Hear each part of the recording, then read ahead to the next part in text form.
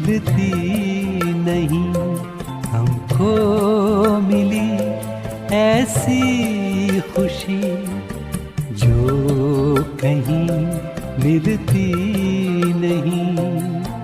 फूल है या ये कली हर बाग में खिलती नहीं।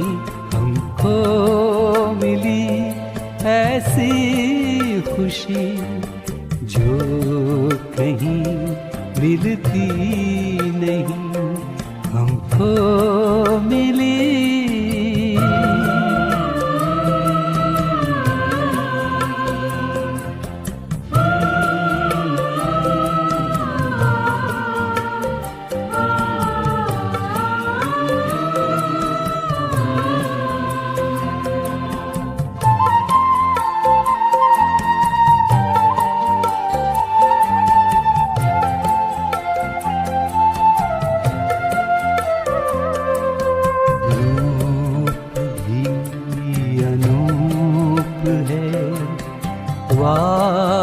जब ये रंग है जगमगाए ज्योति बिंदु वो तो अपने संग है।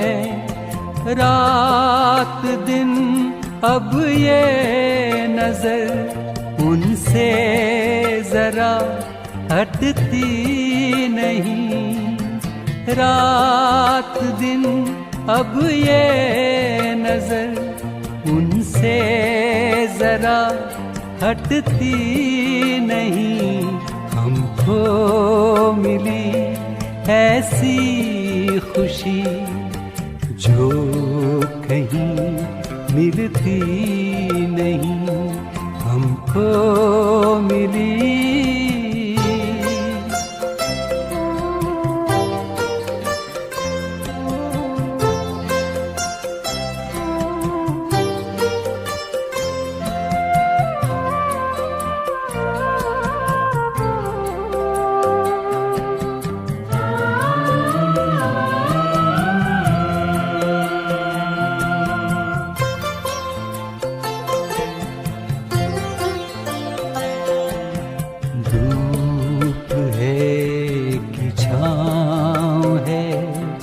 ये नहीं मुरझाएगी।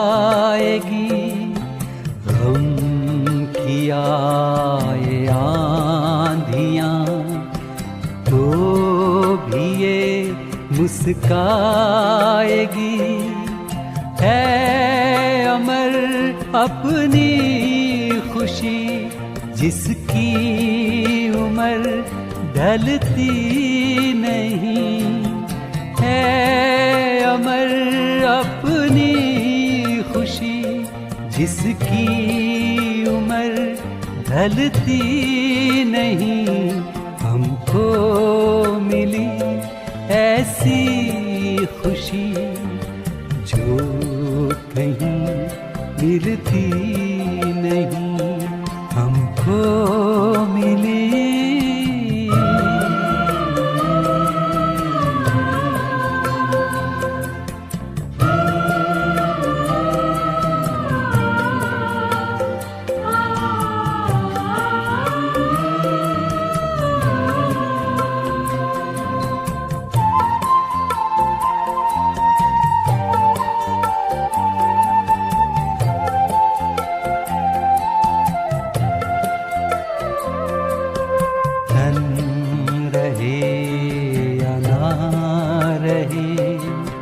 हमको कोई गम नहीं।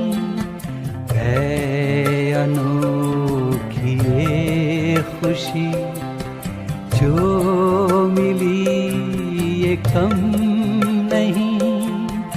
और अब क्या चाहिए गाते जुबां थकती नहीं।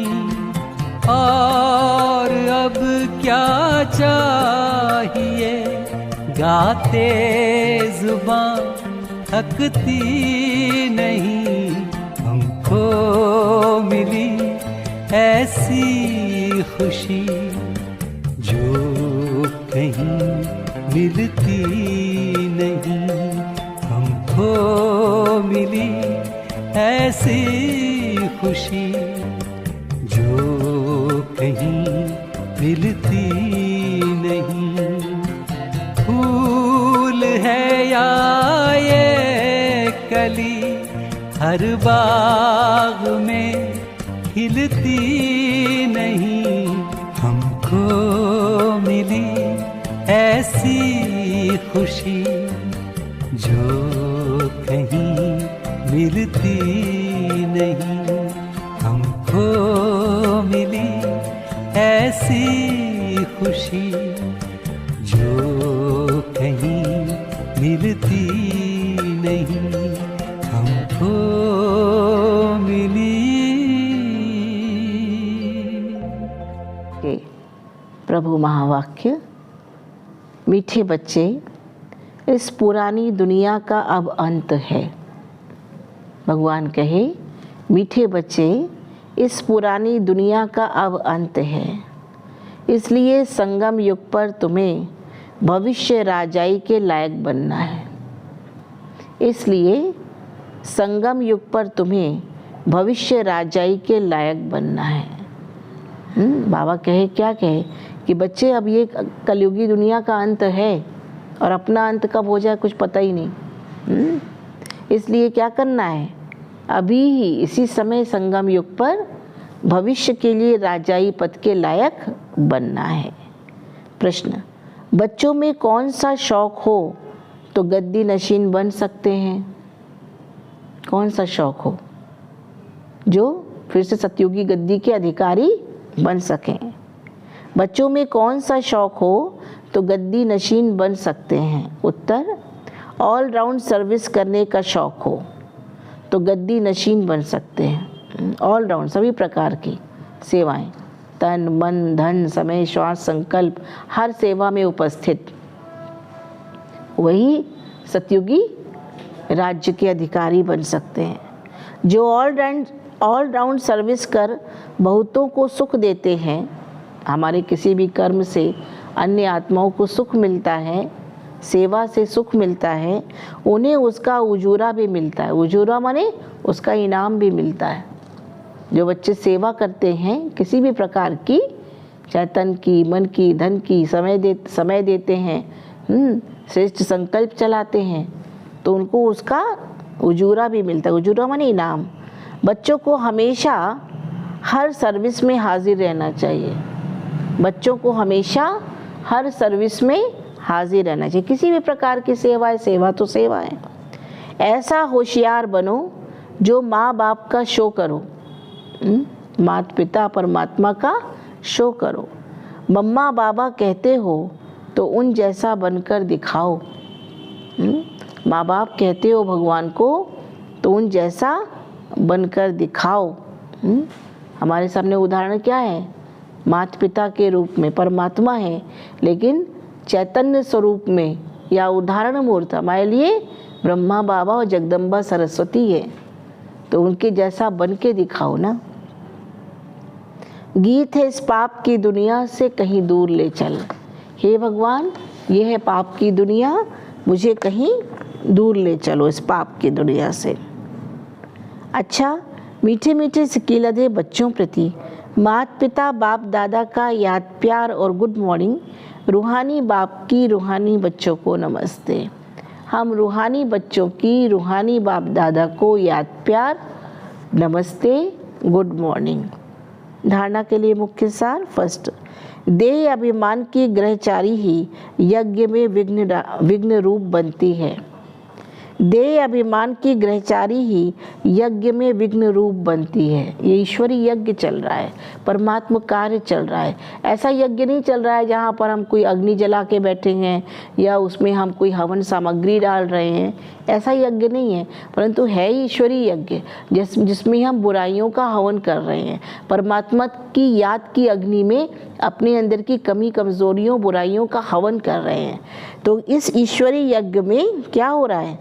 विघ्न रूप क्या बनता है? देह अभिमान, देह का अभिमान। जब हम देह के अहंकार में आते हैं, बॉडी कॉन्शियस हो जाते हैं, तो सारे विकार आ जाते हैं। काम, क्रोध, लोभ, मोह, अहंकार अपने को देह समझने से ही आते हैं। ये विघ्न रूप है और ये यज्ञ को सफल होने नहीं देगा। इसलिए भगवान कहते हैं देह छोड़ अपने को आत्मा समझो। देह के अभिमान में नहीं रहो, देह छोड़ देही बनो। देही माने अपने को आत्मा समझो। इसलिए जितना हो सके देही अभिमानी बनने का पुरुषार्थ करना है। क्या पुरुषार्थ करना है? कि अपने को आत्मा समझने का पुरुषार्थ करना है। ये मिट्टी का पुतला समझते समझते हम विकारी भ्रष्टाचारी बन गए और इस ईश्वरीय यज्ञ में विघ्न रूप भी यही है। कौन सा? देह अभिमान। इसलिए भगवान कहते हैं देही अभिमानी बनो, अर्थात अपने को आत्मा समझकर चलो। सेकंड पॉइंट, अपनी पढ़ाई और सतयुगी पद के पोजीशन की, अपनी पढ़ाई और सतयुगी पद के पोजीशन की खुशी व नशे में रहना है। पढ़ाई के नशे में रहना है। हमें पढ़ाने वाला कौन है? जैसे नहीं कोई बहुत बड़े बना यूनिवर्सिटी में बना एंट्रेंस लेता है या किसी बड़े के कनेक्शन में आकर के काम करता है तो उसे कितना नशा होता है, मैं उनके अंडर में हूँ, मैं उनसे सीख रहा हूँ, मैं उस यूनिवर्सिटी में पढ़ता हूँ।